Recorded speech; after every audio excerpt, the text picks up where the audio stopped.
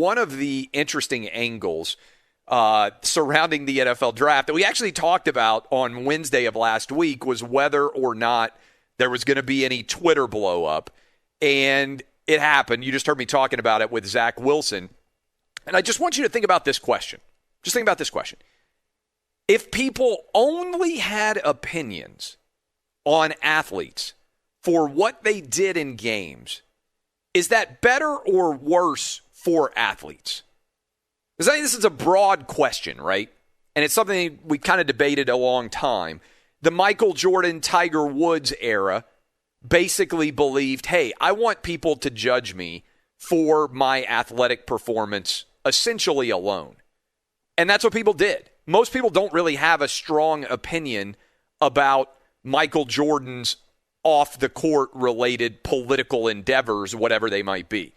And the same thing is true of Tiger Woods. Now, Tiger Woods made his personal life more of a story with the way that situation blew up with Elon when there was a police called to their house and everything else. I think if he had just gotten divorced and that story hadn't begun the way it did, I don't think it would have spiraled out of control in the same way. And honestly, we've talked about a little bit on this program the way that Tiger Woods was covered being somewhat similar to Britney Spears.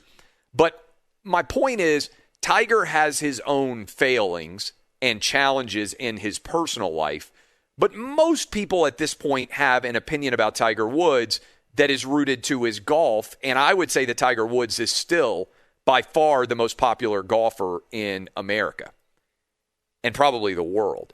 And so the reason why I raise that as an issue, Roger Federer is the best tennis player of all time. Have you ever heard of Roger Federer saying anything other than a tennis-related answer? I haven't, not to say that he hasn't done it. So the question that I would ask you, kind of building on that discussion we were just having about Zach Wilson to finish off the second hour, and if you're just waking up and your alarm's just going off on the West Coast, some of the blue check losers have been going through all the headlines there and looking at the favorites of Zach Wilson over the past several years and who he follows and everything else. And they were like, oh, my God, this guy supports Donald Trump. And it's like, well, how is that actually in any way relevant to whether or not he's going to be a good quarterback? I don't know of any, like if there's a dispositive factor, maybe Bill Belichick's figured it out. Hey, in order to be a successful quarterback, you have to be liberal or you have to be conservative. I doubt that there's an equation where you can plug that in and it matters in any way. My point here is this. Has anyone actually gained in athletics from something that has nothing to do with playing sports in terms of their overall value and branding? The only person I can even think of is Colin Kaepernick. You can make an argument that if Colin Kaepernick never becomes an activist, that nobody even knows his name at this point. Because I think Colin Kaepernick was trending towards not being at all involved in the NFL. You get benched for Blaine Gabbert. Maybe somebody else would have signed him, but his career trajectory was on a substantial decline anyway. So I don't think that it's likely that Colin Kaepernick would be known at all. And obviously he's made millions of dollars based on almost entirely off-the-field political-related statements, even though he doesn't even talk very much.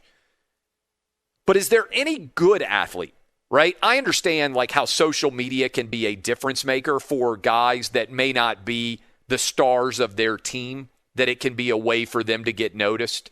My buddy Jeff Schwartz, who comes on this show and sometimes guest host, otherwise might be an anonymous offensive lineman, but I think he's used Twitter well to kind of build his brand. But that's, most offensive linemen are anonymous. But in terms of superstars, like Peyton Manning's not on Twitter. Michael Jordan's not on Twitter. Tiger Woods is not very active on social media in general. Do you actually gain anything? I would argue that most guys who are going to be real stars lose more than they gain from social media. In other words, is LeBron James making more money right now because he's super active on social media than he would if he was just a great basketball player?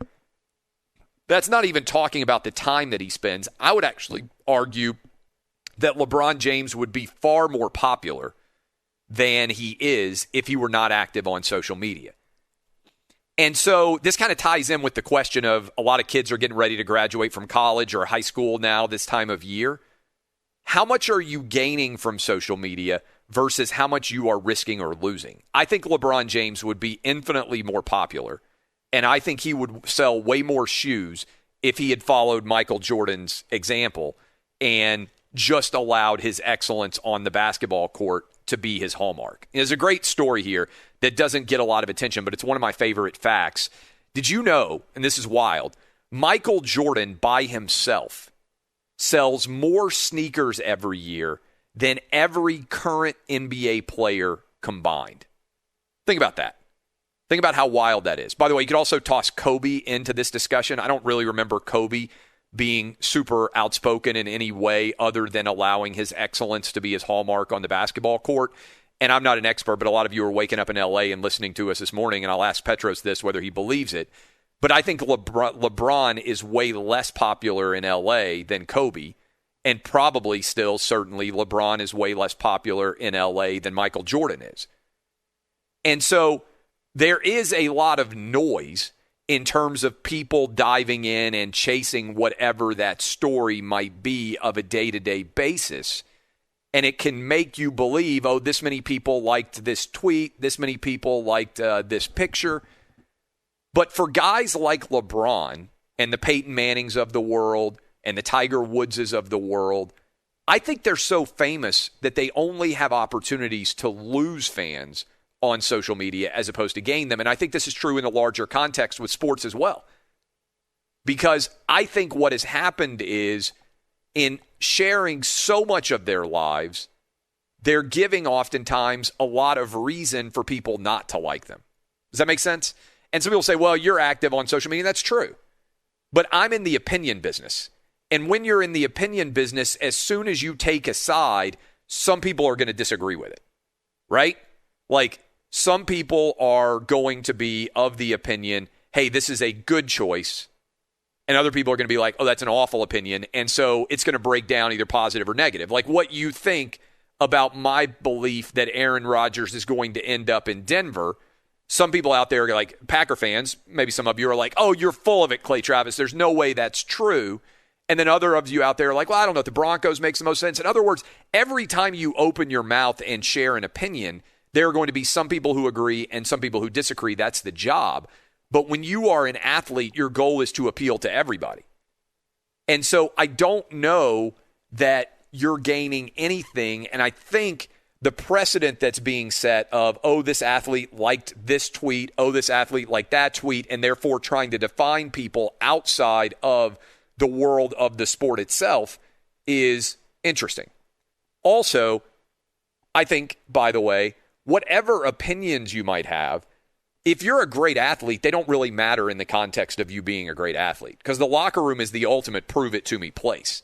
If you show that you are an elite level performer, then I don't think there's any angle in the grand scheme of things that would really get confusing there, if that makes any sense, right? Like, and that was not a well-articulated statement. If you are really great at something, then the greatness that you are in that particular category is what people are going to remember, not the periphery of that greatness.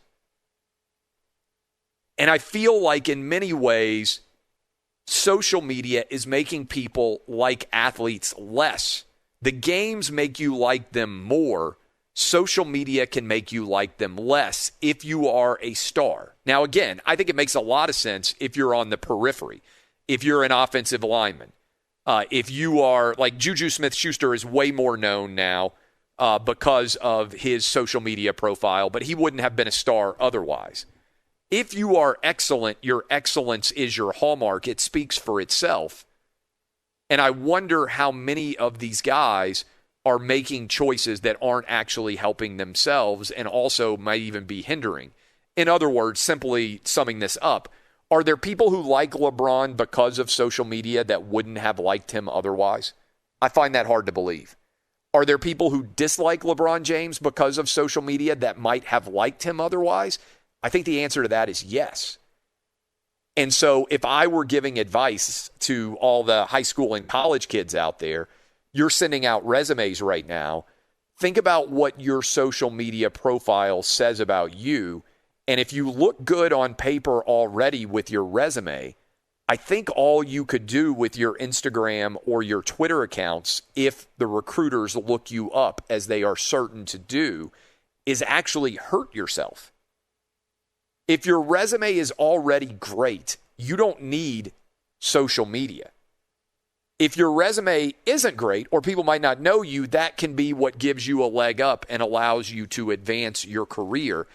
But I think building on that Zach Wilson story, I think a lot more people are hurt by social media in general than they are helped by it. And by the way, I think we've also set the precedent, which doesn't make any sense at all, which is, hey, we're going to treat somebody's social media post as really serious and legitimate news, even though, as I said earlier, like, is it really surprising that a guy who played for BYU and grew up in Utah would be a supporter of a Republican presidential candidate? I mean, do you look at election returns at all? I don't know what the percentages would have been in a BYU student election for president in 2020, but I'm betting Donald Trump won 80% of those votes at least. I'm betting every Republican president wins at least 80% of the average BYU student vote every single 4 years. So would it really, like, are you really uncovering some massive story when you find out that Zach Wilson might have been a Trump supporter in 2020? And why does it matter in the grand scheme of things?